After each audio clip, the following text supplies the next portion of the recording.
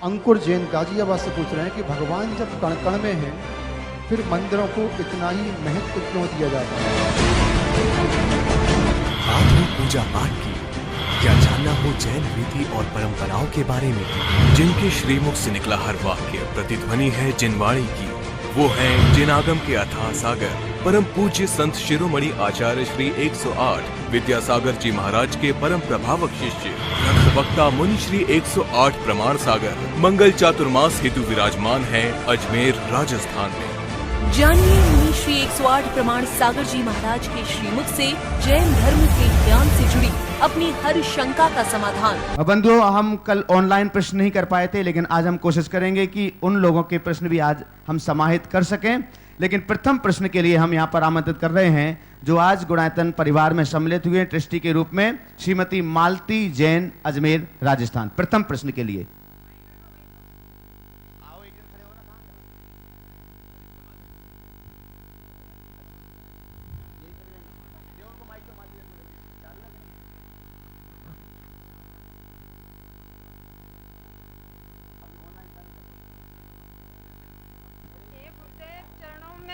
बार बार नमोस्तु नमोस्तु नमोस्तु। हे गुरुदेव, काल के अभाव में बढ़ती उम्र तथा हीन सेनन के कारण बुद्धिमानों विद्यमानों को शीघ्र क्या करना चाहिए? फिर से बोलिए। हे गुरुदेव, काल के अभाव में बढ़ती उम्र तथा हीन सेनन के कारण बुद्धिमानों को विद्यमानों को शीघ्र क्या करना चाहिए? अपने कल्याण का प्रयास करना चाहिए, जिससे अपनी आत्मा का हित हो, इस तरह का उद्यम करना चाहिए। नमोस्तु सर। आइए बंधुओं, हम कुछ ऑनलाइन प्रश्न लेंगे, उसके पहले एक दो लोगों की लिए आमंत्रित करेंगे। लेकिन जिन लोगों के लिए इंतजार रहता है, जो देश दुनिया में टीवी स्क्रीन के सामने बैठ करके इस कार्यक्रम को देख रहे हैं, उन्हें प्रतिदिन इंतजार रहता है महाराज श्री के मंगल आशीष का। उनके बहाने हम सब के लिए भी मिले और आपके बहाने उनके लिए भी मंगल आशीष मिले। दोनों हाथों को जोड़िएगा और त्रिवार नमोस्तु निवेदित करेंगे। हे महाराज श्री नमोस्तु, हे महाराज श्री नमोस्तु, हे महाराज श्री नमोस्तु। आगे तैयार रहेंगे शीला डोइया जयपुर से हैं और विजय जी जैन जयपुर से तैयार रहेंगे। महाराज श्री ब्रह्मचारी सुनील भैया जी इंदौर से, बहुत लंबे समय से उनका ये प्रश्न रखा हुआ है। उनका निवेदन है, रत्नकंडक श्रावकाचार श्लोक 36 में लिखा है, सम्यक दृष्टि ही मरने पर महापुरुष बनते हैं, पर महापुरुष नरक क्यों जाते हैं जबकि सम्यक दृष्टि नरकों में नहीं जाता है? देखिए, सम्यक दृष्टि मर करके महानता को प्राप्त करते हैं, पर एक बात ध्यान रखना, हमारे जीवन की स्थिति सदैव एक सी नहीं होती। मनुष्य अकिंचन से महान बनता है तो अपने दुष्कृत्यों के कारण महान से पतन भी कर सकता है। आचार्य समंतभद्र महाराज की उस उक्ति को हमें ध्यान में रखना चाहिए, स्वापि देवोपि देव स्वा जायते धर्म किल विषाद, कापि नाम भवेदन्या संपद धर्मात् शरीरी नाम। कि धर्म के प्रताप से स्व यानी कुत्ता भी देव हो जाता है और धर्म के विपरीत आचरण करने से देव भी कुत्ता बन जाता है। अंग्रेजी में आप लोग कुत्ते की स्पेलिंग क्या लिखते हैं? DOG, और इसको पलट कर लिख दो तो GOD। तो GOD सीधे लिखो तो GOD और पलट कर लिख दो तो DOG। मैं कहता हूँ जो सीधी ज़िंदगी जीते हैं वो GOD गॉड बनते हैं, जो उल्टी ज़िंदगी जीते हैं वो DOG डॉग बन जाते हैं। तो ये अगर महापुरुष होते हैं तो धर्म के प्रताप से बनते हैं, और यदि वे नरक जाते हैं तो धर्म से विमुख होने के कारण जाते हैं। शीला डोइया जयपुर। नमोस्तु। बोलिए। नमोस्तु गुरुवर। तनिषा का भी नमोस्तु गुरुवर। गुरुवर, मुझे आपके द्वारा एक मार्गदर्शन चाहिए पूरे देश के लिए। इस वर्ष को संत शिरोमणि आचार्य श्री विद्यासागर जी महाराज के 50वें दीक्षा दिवस के उपलक्ष्य में पूरे देश में हम लोग कैसे मनाएं? हम दिगंबर जैन महासमिति के द्वारा पूरे देश की महिलाएं इस कार्यक्रम को अनेक रूप से हम मनाने का प्रयास कर रहे हैं। 24-25 सितंबर को हमने एक महिला सम्मेलन का आयोजन जो प्रतिवर्ष होता है महाराज जी सुधासागर जी महाराज के सानिध्य में आयोजित किया है, और उसमें भी गुरुवार पूरे सत्रों को हमने संत शिरोमणि आचार्य श्री विद्यासागर जी महाराज पर ही समर्पित किया है। हमने एक विषय रखा है जिसका निबंध प्रतियोगिता रखी है, जिसका विषय रखा है संत शिरोमणि आचार्य श्री विद्यासागर जी महाराज एवं नारी उत्थान। इसके अलावा बहुत छोटे छोटे कार्यक्रम पूरे देश में दिए हैं। हम आपसे मार्गदर्शन चाहते हैं कि हम इसको किस तरीके से पूरे देश में मनाएं और पूरे जन जन तक हम संत शिरोमणि आचार्य विद्यासागर जी की जय जयकार करवाएं। देखिए, आपकी भावना बहुत अच्छी है और आचार्य श्री की 50वीं दीक्षा जयंती को लेकर के देश क्या पूरे विश्व भर में कार्यक्रम होने चाहिए, लेकिन आप कुछ जल्दी कर रही हैं। अभी 49वां वर्ष चल रहा है। अगले वर्ष हम जब 50वें वर्ष में प्रवेश करेंगे तब विश्वव्यापी राष्ट्रीय वार्षिक कार्यक्रम की हम लोग रूपरेखा बनाकर समाज के बीच प्रस्तुत करेंगे। अभी करना जल्दबाजी है। अभी तो मैं आप सबसे यही कहना चाहता हूँ, अगर सच्चे अर्थों में आचार्य गुरुदेव के 50वें दीक्षा जयंती को, दीक्षा दिवस को एक भव्य आयोजन के रूप में प्रस्तुत करना चाहते हैं तो सब देश भर के लोग एक ही माला फेरे कि गुरुदेव अपने 50वीं दीक्षा जयंती पर अपनी दीक्षा स्थली में पधारे, अजमेर में आए और ये अभियान छेड़ दो। बाकी काम तो सब हो ही जाएगा और जो आप सब कर रहे सही है, लेकिन उसके लिए जो सबसे पहली आवश्यकता है उस पर ध्यान जाना चाहिए। मैंने अपने प्रवचनों के प्रारंभिक दिनों में चातुर्मास की स्थापना में इस बात को कई बार एक बार कहा है, आज फिर दोहरा रहा हूँ कि आप सब इस अभियान को आगे बढ़ाइए। ऐसा मंत्र जाप कीजिए, ऐसे नमोकार का स्मरण कीजिए, पूरे देश भर के लोग, सबकी भावना होनी चाहिए कि एक बार उनकी ये चरण रज इस अजमेर की पावन धरती पर पड़े और पूरे विश्व को 50वें दीक्षा जयंती के अवसर पर उनके मुख से अजमेर की धरा से एक अच्छा संदेश मिले। ऐसा माहौल बनाइए। नमोस्तु गुरु। विजय जैन जयपुर तैयार हैं, आगे तैयार रहेंगे। रमेश गुणमाला काला हैदराबाद और Ajay Jain Vinita Jain Doha Qatar UAE. नमस्ते महाराज जी। हाँ, सर्वोदय विज्ञान क्या है महाराज जी? देखिए, सर्वोदय विज्ञान एक साधना है और वो एक बड़ी गूढ़ साधना है। ज्ञानार्णव में भी उसका वर्णन आया है और इस साधना के लिए व्यक्ति अगर अपना पूरा जीवन भी खपा दे तो कम है। हमारे नाक से श्वासों का प्रवाह आता और जाता है और ये श्वासों के प्रवाह को जो ठीक ढंग से साध लेते हैं उसके लिए ऐसा कहा जाता है कि ईश्वर की साधना करने वाला त्रिकालज्ञ हो जाता है और वह अपनी एनर्जी को सही दिशा देते हुए बहुत कुछ काम कर सकता है। ये एक बहुत बड़ी साधना है, इसमें एक लंबा समय खपाना पड़ता है। इसलिए बस संक्षेप में इतना ही कहूँगा, ये एक साधना है और वो वही कर सकता है जो अपनी सांसों को साध ले। नमस्ते महाराज। नमस्ते। हाँ, रमेश गुणमाला जैन काला हैदराबाद।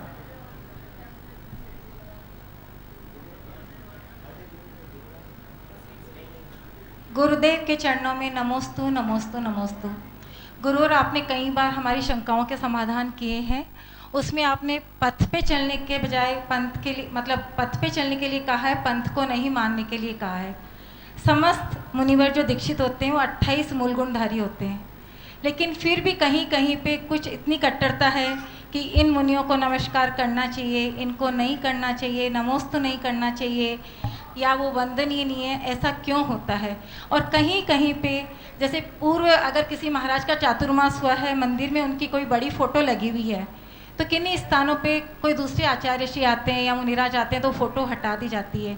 तो यह क्या कृत्य सही है? इसके बारे में मैं आप देखिए, ये सब चीज़ें साधुओं की योग्य नहीं है और साधुओं के द्वारा किया भी नहीं जाता है। ये असाधु कार्य है, साधुओं के द्वारा नहीं होना चाहिए। साधु के द्वारा वही कार्य करना चाहिए जो साधु।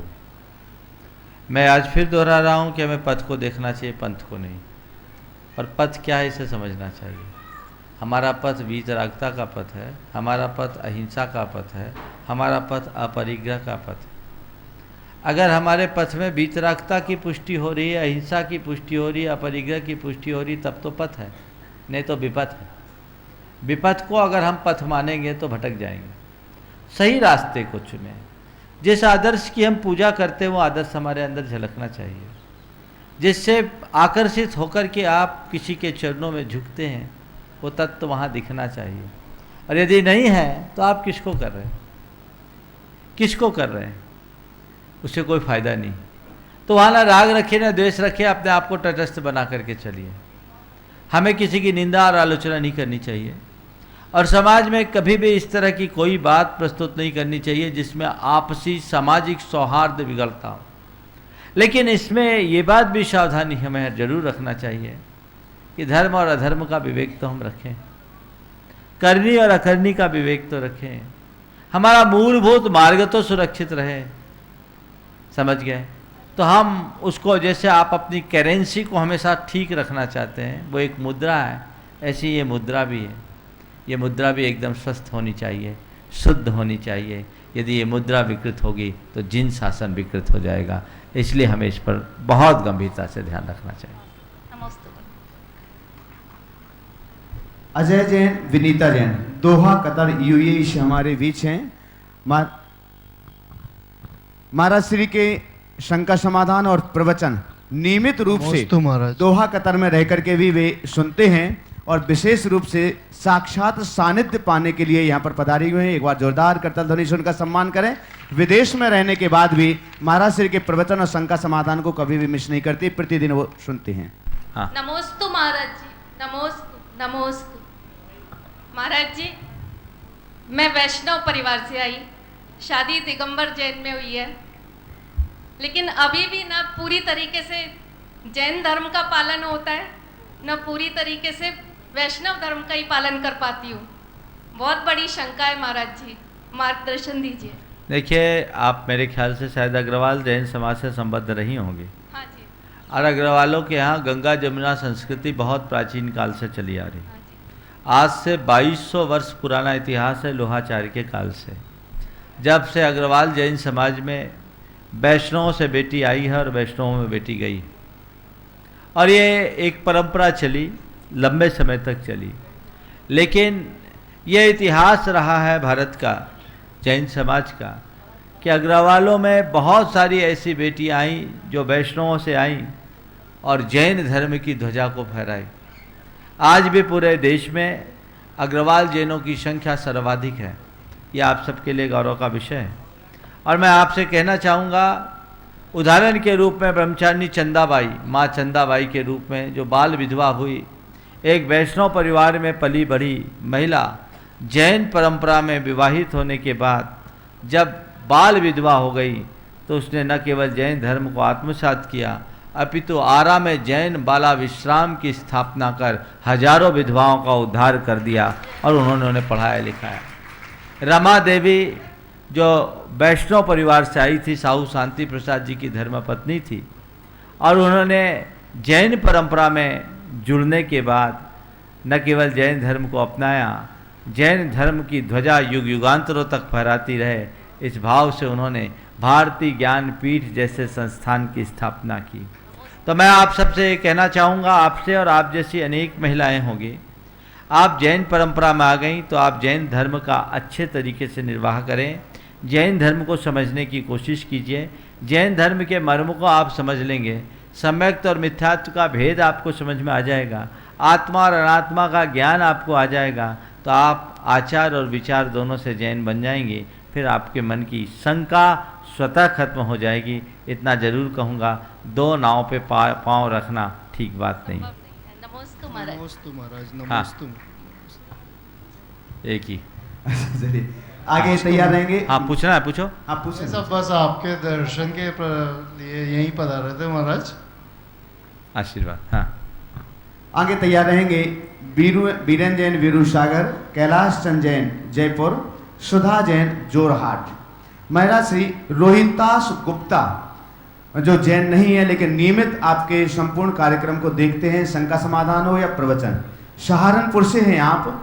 आपके चरणों में नमोस्तु करते हुए पूछ रहे हैं, आपका प्रवचन एवं शंका समाधान प्रतिदिन सुनता हूँ। मेरा प्रश्न यह है कि विभीषण श्री राम जी के भक्त थे, फिर भी लोग अपने बच्चों का नाम क्यों नहीं रखते हैं? देखिए, विभीषण श्री राम के भक्त थे, ये बात बिल्कुल सही है, और इसी भक्ति से प्रेरित होकर उनने रावण का साथ छोड़ा और राम के पास जुड़े। लेकिन विभीषण का पुराना जो बैकग्राउंड था वो रावण का साथ देने वाला था, इसलिए ऐसे लोगों को लोक में प्रतिष्ठा नहीं मिलती। लोक में सच्चे अर्थों में वे ही प्रतिष्ठित होते हैं जिनका फाउंडेशन मजबूत होता है। विभीषण ने अगर राम का दामन नहीं थामा होता तो विभीषण की भी वही दशा होती जो अन्यों की हुई है। पूरे के पूरे रावण के कुल में एक विभीषण नहीं आदर पाया, वो केवल इसलिए कि उनने अपने जीवन में श्री राम को जोड़ ली, श्री राम से अपने आप को जोड़ लिया। तो ये बीच में जुड़े, यदि प्रारंभ से जुड़े होते तो विभीषण पूरे विश्व के भूषण बन जाते। वीरेंद्र जैन वीरू सागर से हैं, गुणायतन के ट्रस्टी हैं। पूज्य महाराज श्री के चरणों में सशक्त नमन, कोटि कोटि नमन महाराज श्री। महाराज श्री, कई बार देखने में आता है एक स्कूल का शिक्षक बोलता है कि देखो ये जो कलेक्टर है ना IAS, ये मेरा पढ़ाया हुआ है, जबकि उसी कक्षा का एक विद्यार्थी होटल में वेटर भी होता है लेकिन उनके बारे में नहीं बताता है। हम पंचपरमेष्ठी भगवान की पूजन करते हैं तो एक पंक्ति आती है, मोहांध महा अज्ञानी में निज को पर का करता माना। तो हमेशा कहते हैं हमने ऐसा कर लिया, हमने ये बचा लिया, उसकी रक्षा कर ली। तो महाराज श्री ये बता, हम निमित्त मात्र हैं कि हम ये करता है? देखिए, बात तो पहले ये है कि ये भारत है, भारत क्या दुनिया है। यहाँ उगते सूरज को सब नमस्कार करते हैं, डूबते को नहीं। और यही कारण है कि जब कोई व्यक्ति ऊंचाइयों को छू लेता है तो उससे हर कोई अपना नाता जोड़ना चाहता है। साधारण आदमी को कोई नहीं छूता। इसके पीछे अंतरंग कारण उस व्यक्ति का पुण्य है, और पुण्य व्यक्ति का प्रभाव जमाता है, और हर व्यक्ति उसके पुण्य के प्रभाव में आ जाते हैं।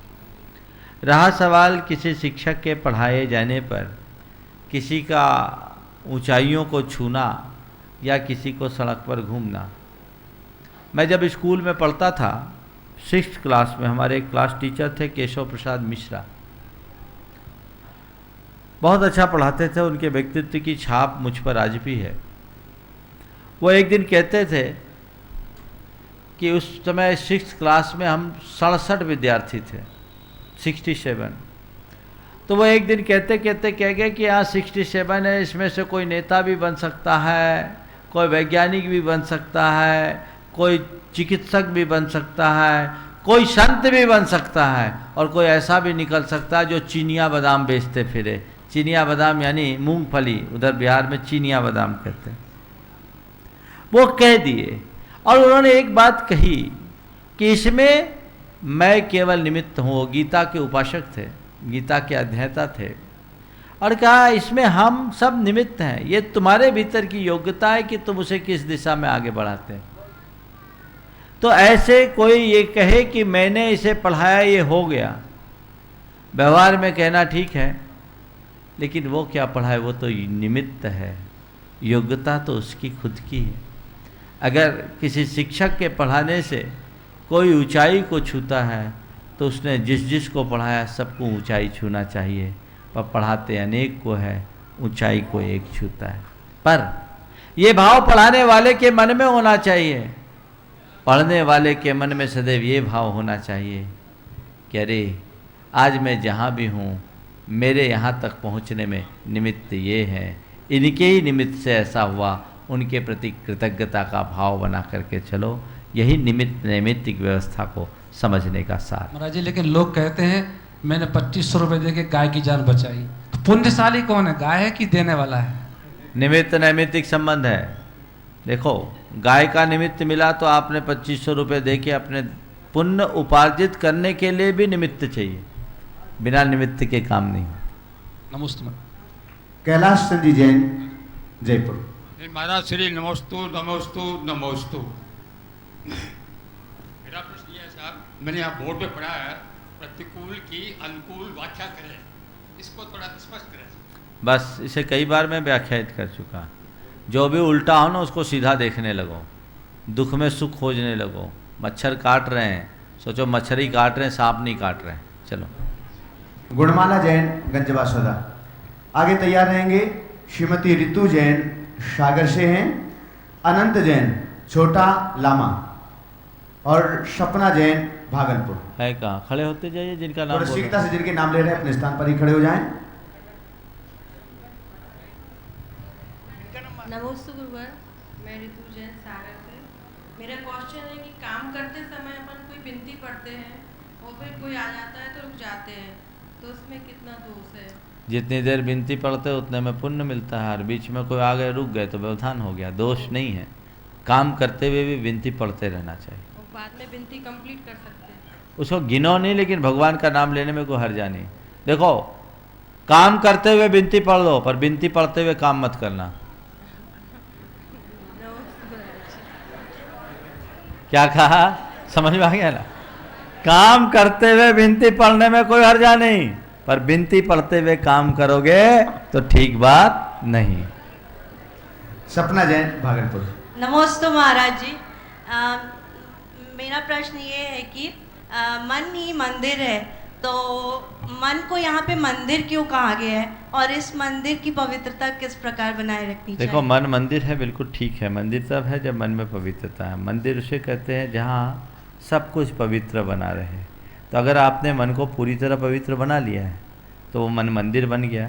एक बार एक युवक ने मुझसे कहा, महाराज मन ही मंदिर है, मंदिर जाने की ज़रूरत क्या? मैंने कहा बिल्कुल ठीक कहते हो, मैं भी कहता हूँ मन मंदिर है, और जिसने अपने मन को मंदिर बना लिया उसे मंदिर जाने की ज़रूरत नहीं।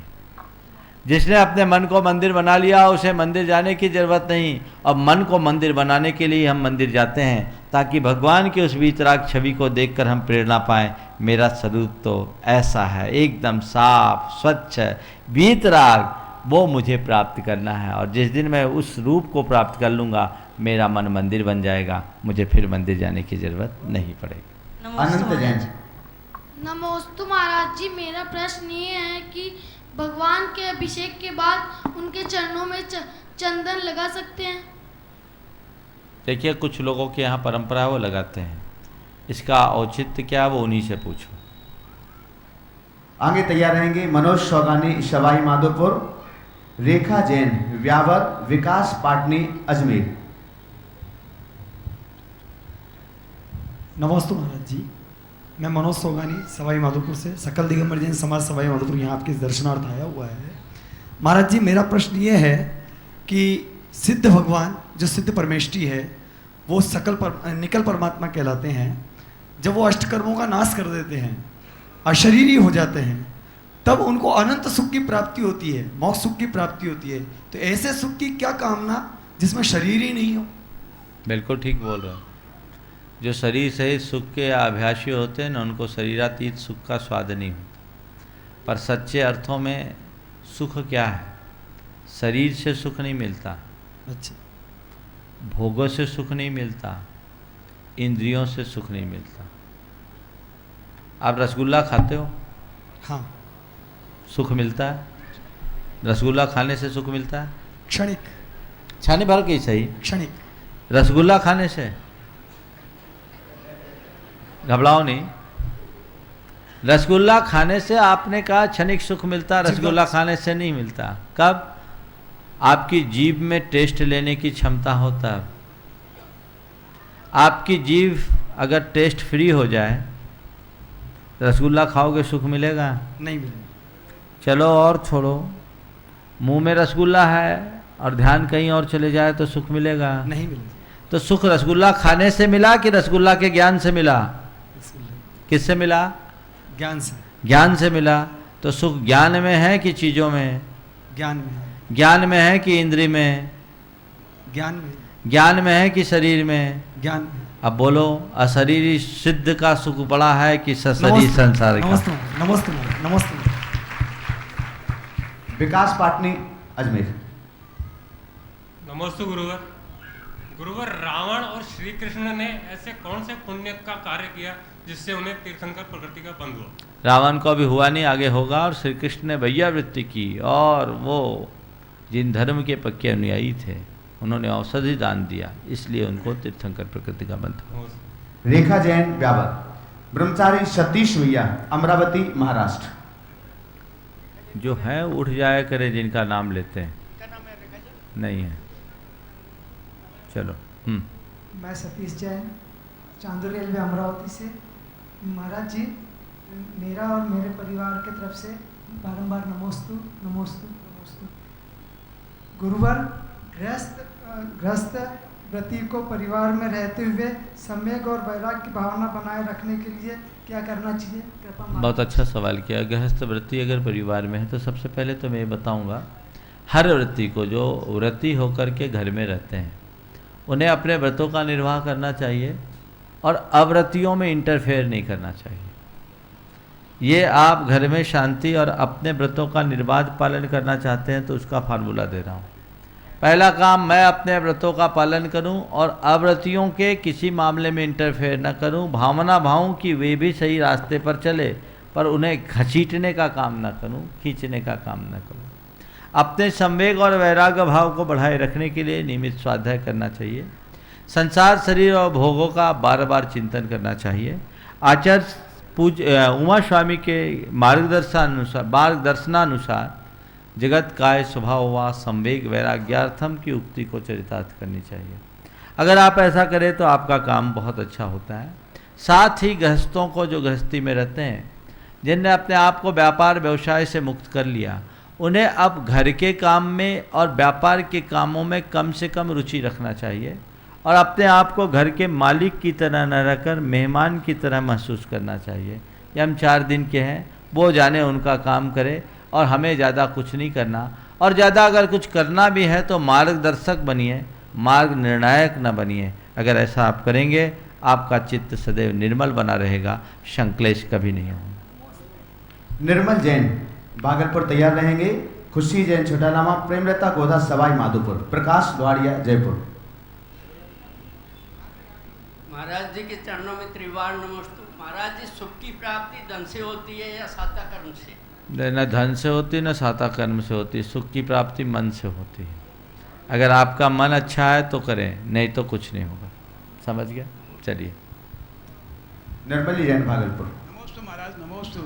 मेरा खाली थोड़ा सा प्रश्न है कि सावन जब लगे छुट्टक लगता है तो जिनवानी की फोटो कॉपी करके पाठ कर सकते हैं कि नहीं कर सकते? आज फोटो कॉपी जिनवानी नहीं है क्या? नहीं कर सकते। चलिए।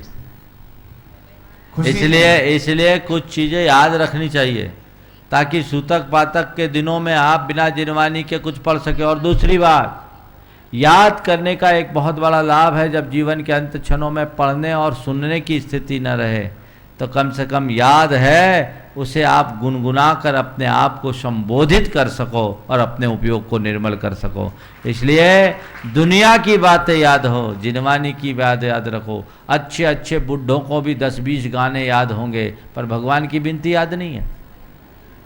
लालच है, याद करो। क्षोभशम तुम्हारे भीतर है, उसे जगाओ, रुचि जगाओ।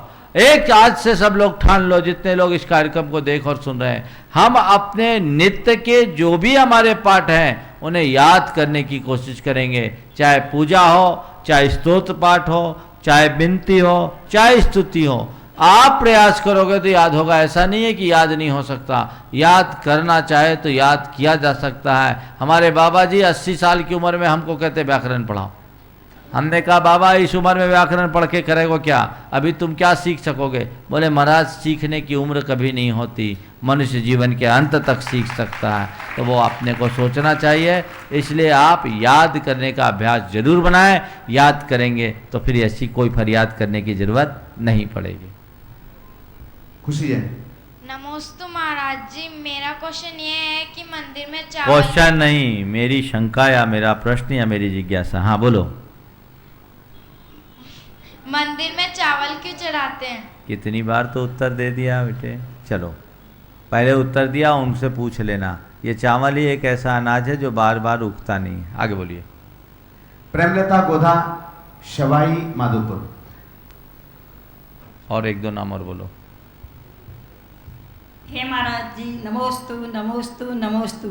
महाराज जी, मेरी शंका ये है कि जैसे किसी के घर में बच्चा नहीं है और वो बच्चा अनाथ आश्रम से लिया जाए और उस बच्चे की जाति व कुल का कोई पता नहीं होता है, तो फिर वो बच्चा लेने लायक है या नहीं है? कई बार इसका उत्तर दिया जा चुका महाराज जी, है। एक तो इसको बता दूं, इसका उत्तर कई बार दे चुका। महाराज जी, मैंने आज तक नहीं सुना। हाँ तो और दूसरा प्रश्न ये है कि जैसे लड़की कई शादी करके दूसरी जगह चली जाती है तो उसको छोड़ दिया जाता है और वही दूसरी जाति की लड़की अगर अपने घर में बहू बनकर आ जाती है तो उस परिवार का क्या? बहन जी, कई बार इन सवालों का उत्तर दे दिया है। पुराने प्रश्नों को यूट्यूब से देख लेना, प्रमाणिक ऐप से देख लेना। अज्ञात कुलशील वाले बच्चों को अगर उसके लक्षण को देखकर आप स्वीकार करते हैं तो शास्त्र के अनुसार उसमें कोई दोष नहीं।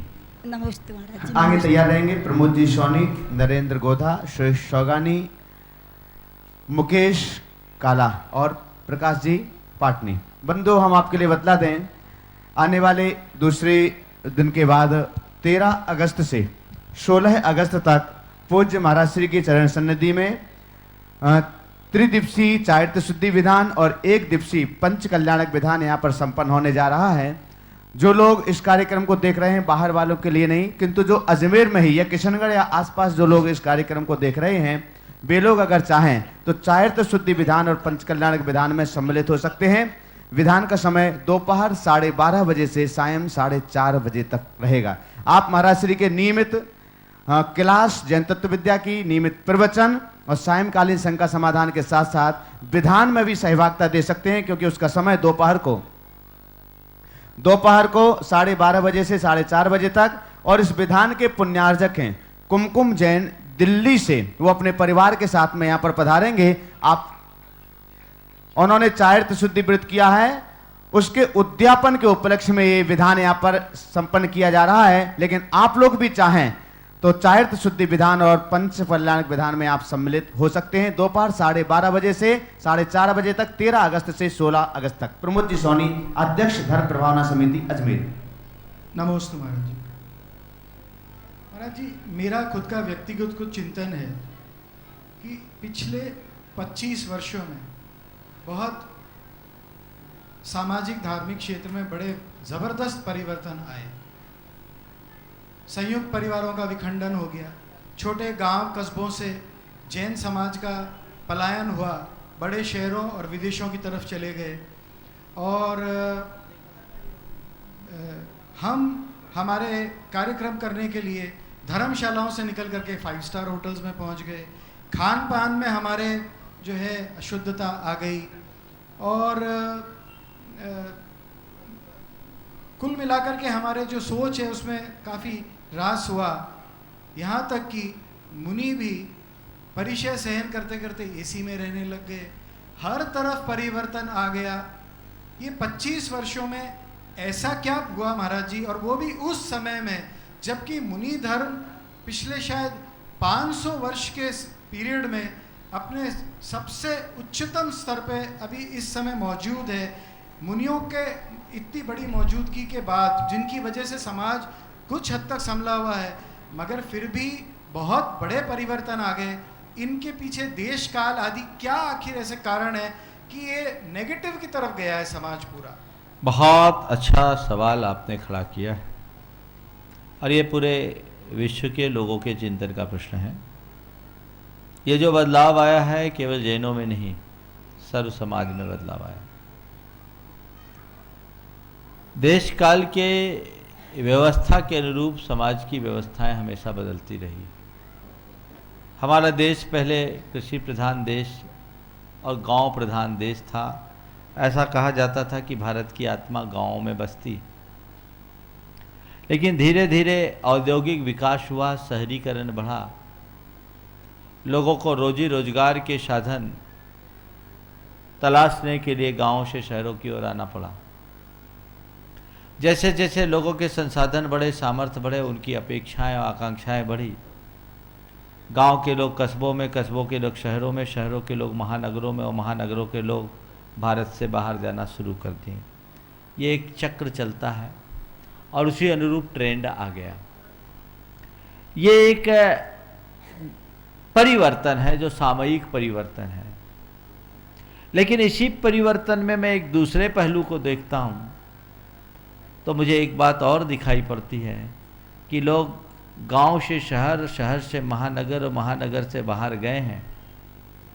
तो उसमें एक पॉजिटिव बात ये भी देखने को मिली है, लोग बाहर जाकर के भी अपना धर्म निभा रहे हैं।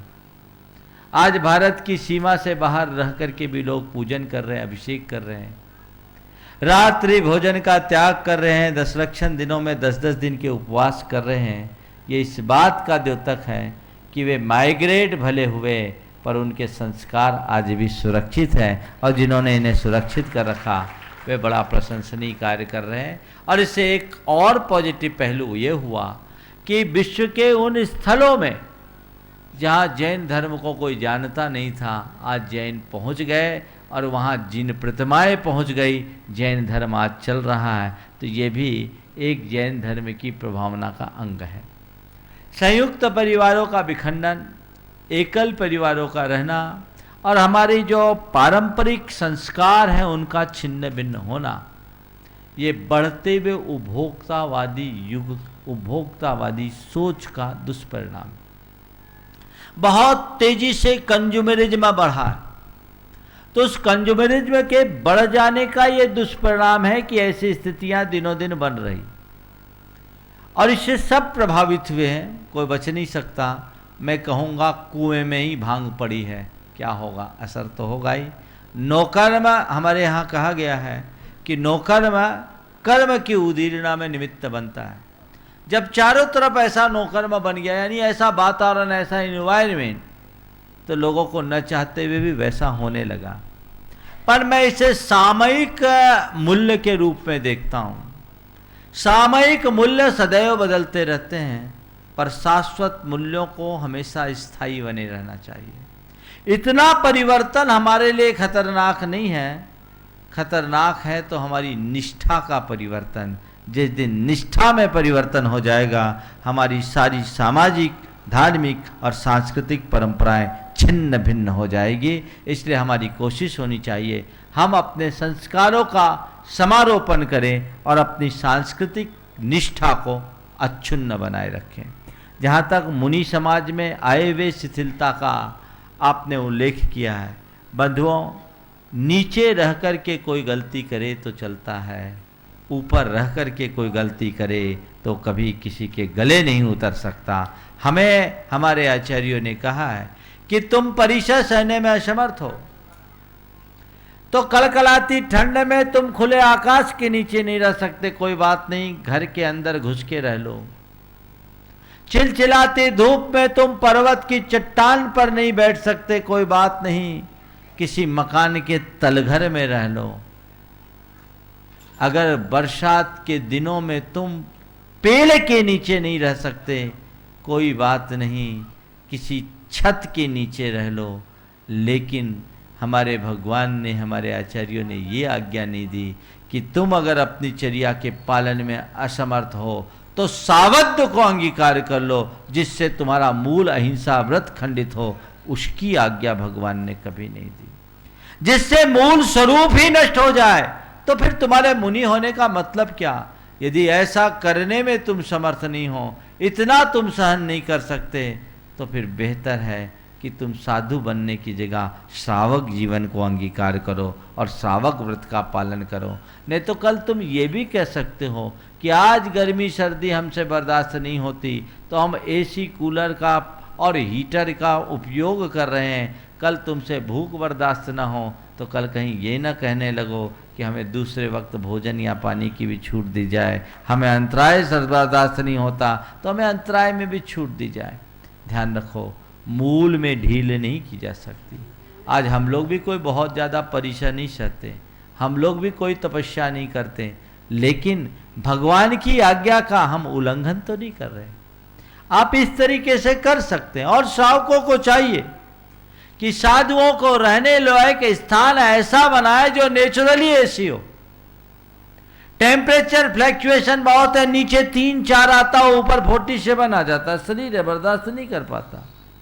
तो आप, आज की टेक्नोलॉजी बहुत स्ट्रांग हो गई है, एडवांस है, आप उस टेक्नोलॉजी का उपयोग करें। हर जगह साधु संतों के रहने के लायक ऐसे स्थान बनाए जहां उनकी चर्या निर्बाध फले, प्रकृति के अनुकूल वो अपनी साधना भी कर सके और उनके व्रतों में दोष न लगे। आप साधु के व्रतों की रक्षा करते हुए यदि उनको सुविधा दोगे तो पुण्य कमाओगे, और जिससे साधु के व्रतों का खंडन होता है ऐसी सुविधा दोगे, महापाप के भागी बनोगे। ऐसी सुविधा मत दो। साधु की सेवा करो, साधु समाधि, साधु वैयावृत्त करण तीर्थंकर प्रकृति के बंध का कारण है। लेकिन विवेक पूर्वक ऐसा कार्य करो जिससे उनकी चर्या ठीक बनी रहे और मोक्ष मार्ग का प्रवर्तन बना रहे। आज कई श्रावक जन कहते हैं क्या करें, मौसम ऐसा है, जैसे श्रावक वैसे साधु। नहीं, श्रावक कैसा भी हो, साधु तो 100% एकदम शुद्ध होना चाहिए, उसमें शिथिलता नहीं, क्योंकि ये मुद्रा है। हम भगवान महावीर के रिप्रेजेंटेटिव हैं। बदलते हुए परिवेश में अब हमने जैन साधु की ब्रांड इमेज को बिगाड़ दी है। हम जब छोटे बच्चे थे तो हमें पता था कि जैन मुनि सर्दी गर्मी आदि के प्रतिकार के लिए कूलर पंखे आदि का प्रयोग नहीं करते, अग्नि नहीं तापते, हीटर नहीं यूज करते, ये हमें बचपन से पता है। अब हमारे कतिपय साधु वृंदों के कारण आप अपने बच्चों को या सार्वजनिक रूप से ये कहने में समर्थ नहीं है कि जैन साधु इनका प्रयोग नहीं करते, क्योंकि अब खुल्लम खुल्ला इनका प्रयोग होने लगा। अरे ये साधु मुद्रा त्रिलोक पूज्य मुद्रा है, वंदनीय मुद्रा है, परमेष्टि का स्थान पाने वाली मुद्रा है। ये वो मुद्रा है जिसमें नमोकार के मंत्र के रूप में नमो लोए सब सावनम के रूप में सारी दुनिया पूजती है। ये साधु वीरों का वाना है, इसे महान पुरुष लोग ही अंगीकार करते हैं। इसलिए साधुओं को चाहिए हर स्थिति में अपनी महाव्रतों की रक्षा करें, और श्रावकों को चाहिए कि वे उनके महाव्रतों के पालन में सहयोगी बने, सहगामी बने, तब मोक्ष मार्ग ठीक ढंग से प्रवर्तित होगा। नरेंद्र गोधा, मंत्री धर्म प्रभावना समिति अजमेर। गुरु नमोस्तु महाराज जी। महाराज जी के चरणों में त्रिबार नमोस्तु। महाराज जी, आपके सानिध्य में आगामी दिनों में चारित शुद्धि विधान होने जा रहा है। महाराज जी, मेरे हिसाब से ये विधान अजमेर में पहले कभी हुआ लेकिन जानकारी नहीं है। मेरी जिज्ञासा ये है कि चारित शुद्धि विधान में सब लोग बैठ सकते हैं या जिन्होंने चारित शुद्धि विधान किया वो लोग बैठ सकते हैं? थोड़ी इसकी महिमा के बारे में देखिए, चारित शुद्धि विधान का ये सहज नियोग यहाँ बन गया।